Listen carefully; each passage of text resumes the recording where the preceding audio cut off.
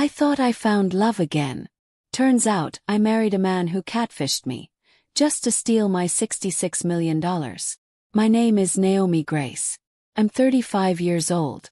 And this is the story of how I was hunted, tricked, and almost robbed of everything my late husband left me. But not just money. It's trust, love.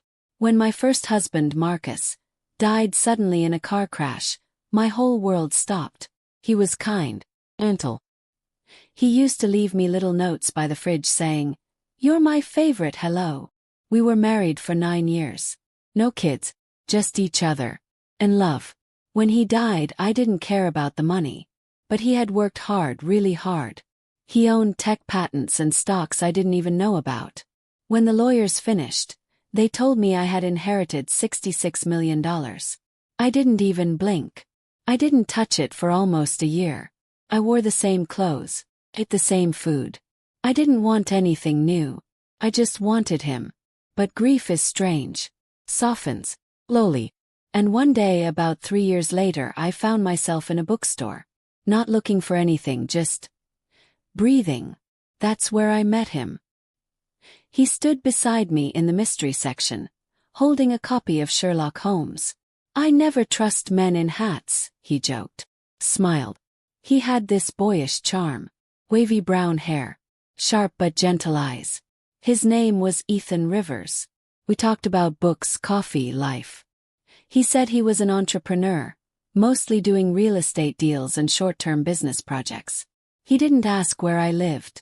Didn't press for details. Felt different. He didn't look me up and down like other men had when they found out I was a widow. He didn't ask about money. And that made me trust him. After that day, we ran into each other again. At a coffee shop. Then again at the farmer's market. It was strange, but I called it fate. We started dating. And for the first time in years, I laughed again. He made me feel young, beautiful, alive. And slowly I started to open my heart. We talked about life, future plans. He said he didn't care if a woman had money or not, as long as she had a good heart. He told me he grew up poor.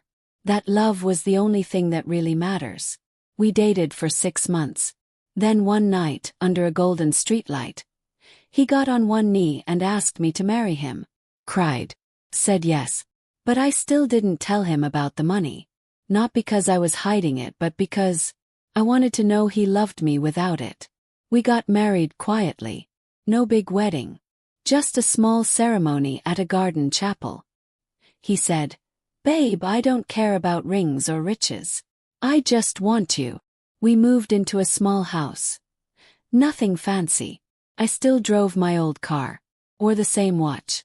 The inheritance sat untouched, safely locked in a private trust under my name. Everything felt calm. Except, little things started to change. He was always on his phone, even late at night. He didn't like me asking questions about his business trips. And he never introduced me to any real friends or family. He said, "I don't have many. Just you." I ignored the signs. 'Cause I wanted love. I wanted to believe good people still existed. And I told myself, "Naomi, don't ruin this. He chose you, not your money." One night, I heard him whispering in the bathroom. When I asked who he was talking to, he said, "Just work stuff. Don't worry." And I didn't. Until the night my best friend, Clara, came over for wine. She was sitting on the couch, scrolling through a dating app, when she suddenly froze. She turned the phone toward me slowly and whispered, "Naomi, isn't this your husband?" My heart dropped.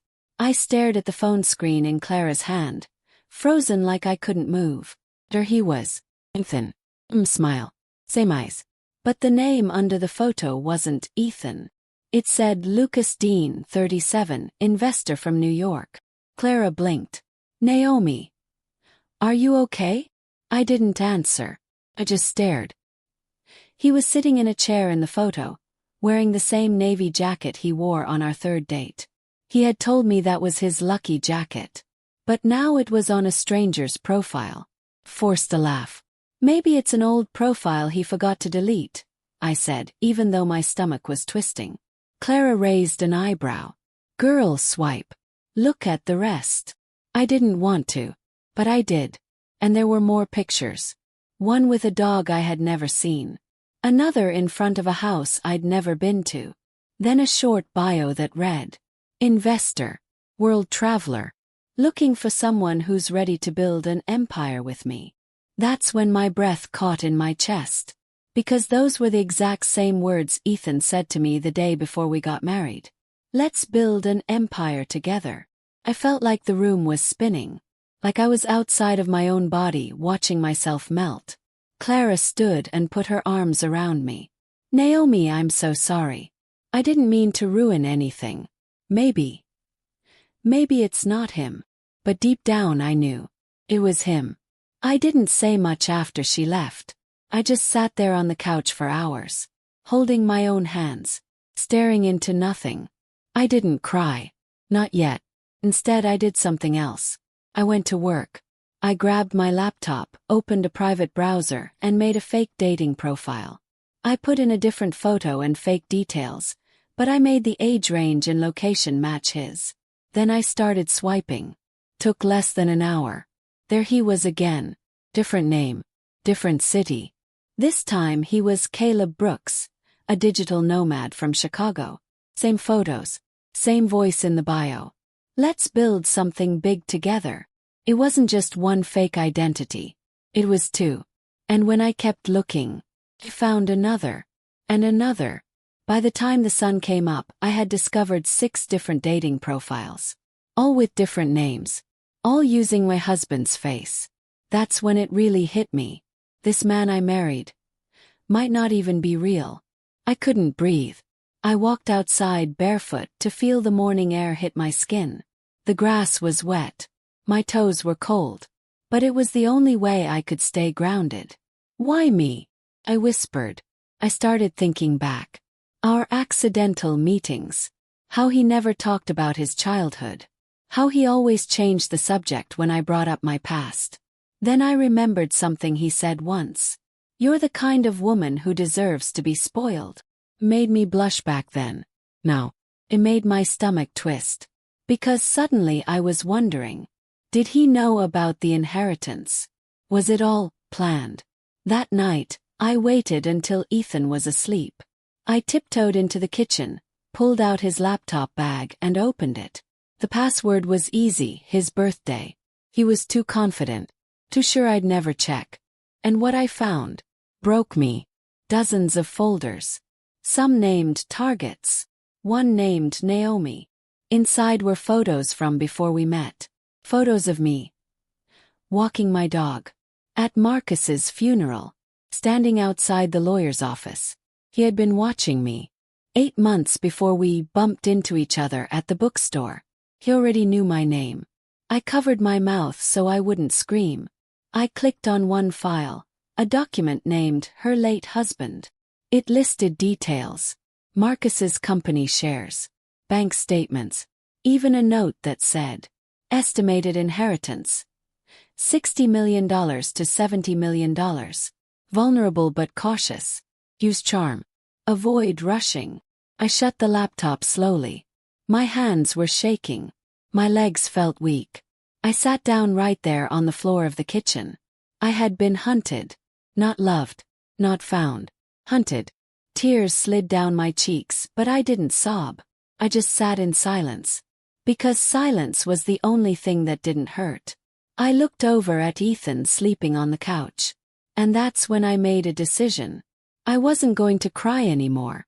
I wasn't going to scream. I wasn't going to run. I was going to burn him from the inside out. He had stalked the wrong woman. He thought I was soft. He forgot.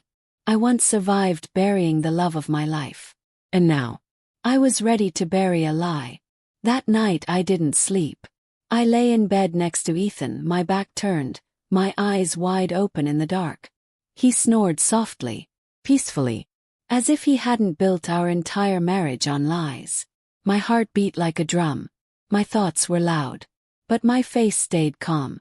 'Cause now, I knew everything. He didn't fall in love with me. He found me, watched me, studied me like I was a project. Mission. Jackpot. He knew about Marcus. He knew about the money. He even had documents, court files, legal forms, ones that weren't public. Which meant someone helped him. Someone had given him access. I didn't know who. But I knew what I had to do. The next morning I smiled. Just like always. I made Ethan coffee. He kissed me on the forehead like nothing had changed. Said, "I'm heading out to meet a client," and left. I waited until the front door clicked shut. Then I went back to his laptop. This time I copied everything. Emails, photos, voice memos. Especially the folder with my name on it. He had even written a timeline. Date her for 6 months. Win her trust. Get her to open up about finances. Make her feel safe. He made love sound like a business plan. In that moment something inside me broke. But something stronger began to grow. I whispered to myself, "You picked the wrong woman to play with." That same day I met up with my lawyer.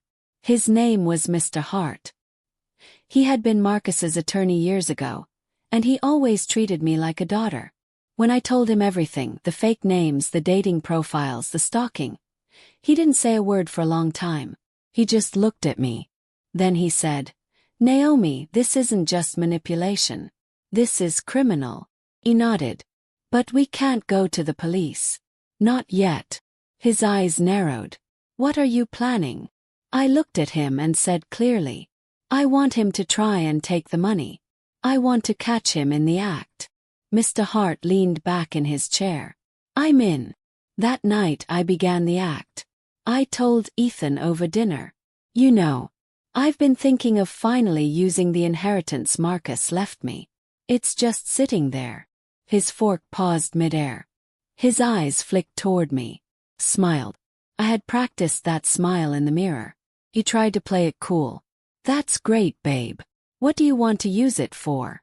I pretended to shrug. "Maybe start a charity. Maybe real estate. I just hate having to go through lawyers all the time. I wish I could move the money around easier." He nodded slowly. "Well, I could help you with that." There it was. The hook. He was biting it. I leaned forward and touched his hand. "I'd really appreciate that." Inside I was screaming. But outside, I looked like a sweet, trusting wife. He kissed me that night like I was made of gold. And I knew he thought he was close. Over the next few weeks, I let Ethan believe I was transferring small amounts of money into a new account. But it wasn't real. Mr. Hart helped me create a fake investment account. We made it look just like a real bank portal. It showed millions of dollars. Dashboard. Even transfer buttons. I told Ethan I needed help logging in. That I was confused by the system. He offered to take care of it. He thought I was stupid. I pretended to forget passwords. I let him create backup access. He saved the details on his own device. What he didn't know was this. We installed spyware. Every click, every login, every move he made. We were watching.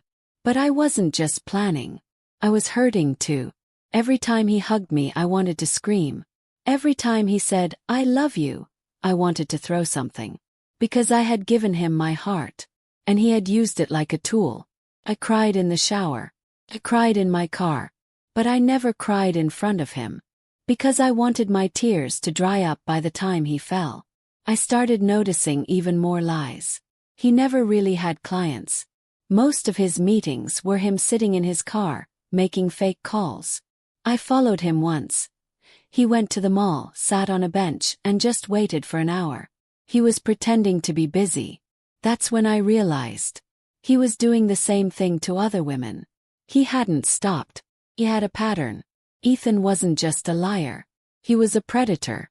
And I knew if I didn't stop him, he'd keep doing it to more women like me. Women with soft hearts. With broken pasts. With something valuable. So I made a new decision. I wasn't just going to protect my money. I was going to destroy his game. For good.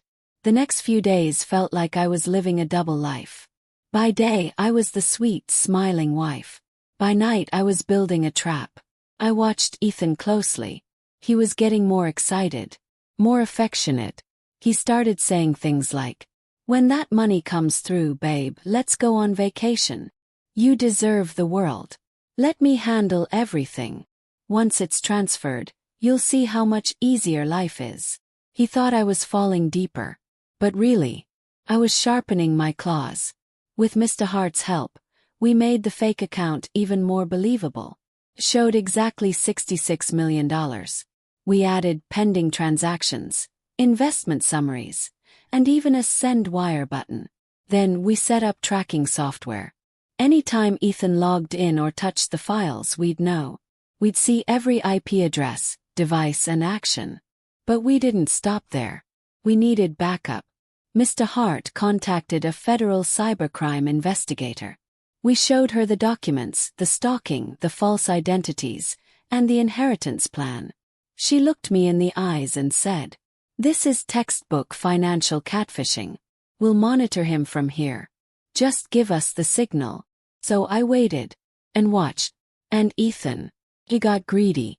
He started asking more about the money. Did it move yet? Did you get the transfer code from your lawyer? Are the funds available to use now? One day, I acted flustered.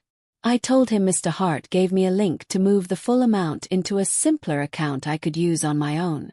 I handed him the laptop. He smiled like a child at Christmas. "Let me take care of it for you," he said softly. He clicked. He typed. He entered my fake security code. He smiled again. But I was smiling too, on the inside. Because every key he pressed was being recorded. And the second he hit transfer, we got him. Later that night I got a call from the investigator. He tried to send $3 million to an offshore account in his own name. We traced it. "We're ready." I asked her, "Can we do it in public?" He paused. "Where?" Smiled. "Our anniversary dinner. Friday night. 7 p.m. I'll reserve the best table." The day came. I wore a red dress Marcus once bought for me. Ethan said I looked stunning. He wore his lucky jacket. The same one from our first fake bookstore meeting. How fitting. We sat at the rooftop restaurant. Candles. Music. A view of the city. He ordered wine. Toasted. "To new beginnings," he said. I raised my glass and clinked it against his. "To endings," I whispered. He didn't hear that part. I looked him in the eyes. "Ethan," I said softly, "I have something to tell you." His face twitched. "What is it?" But before I could answer, two people in dark suits approached our table. They flashed badges. Ethan Rivers. Or should we say Lucas Dean? Or Caleb Brooks? His eyes widened. His jaw dropped. "You're under arrest for fraud, identity theft, and attempted theft of $3 million. He turned to me wild-eyed. "Naomi, you set me up?" I didn't flinch. I leaned closer, took a sip of my wine, then smiled. "No, baby. You did that yourself. The moment you thought I was stupid." The whole restaurant went quiet. People stared. Phones came out. Ethan stuttered, cried, begged. But the officers pulled him away. "You don't understand," he shouted. "I loved you." I stood up slowly. "You loved my money." They dragged him out of the restaurant. And I just sat back down. Alone. Strong. Finally free. Later that night I got home. I poured myself tea. Took off the red dress. I looked at the mirror and saw someone new. Not broken. Not naive. But powerful. That man didn't steal my peace. He revealed my power. He tried to catfish me. But he forgot one thing. Sharks don't cry. They bite. After Ethan was arrested, everything felt quiet. Not peaceful. Not yet. Just quiet. Like when a storm passes and all you hear is your own breathing. For the first time in a long time, I sat alone and wasn't scared. I wasn't doubting myself. I wasn't checking his phone or watching his eyes for lies. I just sat and let myself feel. The days that followed were strange. Some people sent me messages. Others avoided me. My best friend Clara. She came over with pizza and ice cream the next night and said, "Girl, you're a living Netflix show." We laughed. And then we cried. Because that's what real friends do. Mr. Hart called to say the case was strong. That Ethan, or whatever his real name was being charged with multiple counts of fraud, attempted theft, and online deception. Turns out I wasn't the only one. There were 7 other women. Each had a different version of Ethan. Different names, different lies. But the same goal: get close. Steal everything. Disappear. They were shocked when they found out the truth, but also grateful. Because now, someone had stopped him. I thought I would feel broken. But I didn't. Felt free. For the first time since Marcus died, I felt like I had protected more than just money. I had protected myself. My story made the news. Reporters asked, "How did you know? What gave him away? Why didn't you tell him about the inheritance?" I just smiled and said, "I wasn't hiding. I was waiting." I started doing things I had put off for years. I traveled to Italy, the place Marcus always wanted us to visit. I opened a scholarship fund in his name. I went back to the bookstore where I met Ethan. And I didn't cry. Instead, I sat there for hours and read. 'Cause no one was watching me anymore. No one was pretending. No one was lying. One morning a letter came. From Ethan. I stared at the envelope for a long time. Then I opened it. It was 3 pages long. He wrote about how he grew up poor. How he learned to lie because it was the only way to survive. He said he didn't mean to fall for me, but he did. That somewhere between the plan and the play, he got caught. Not just by the FBI, but by feelings. He ended the letter with this: "If I had met you first without the plan, maybe things would have been real. Maybe I would have been someone else. I'm sorry." I folded the paper, took a deep breath. Then I burned it. Because I didn't need his apology. I didn't need his story. I didn't need to carry his guilt.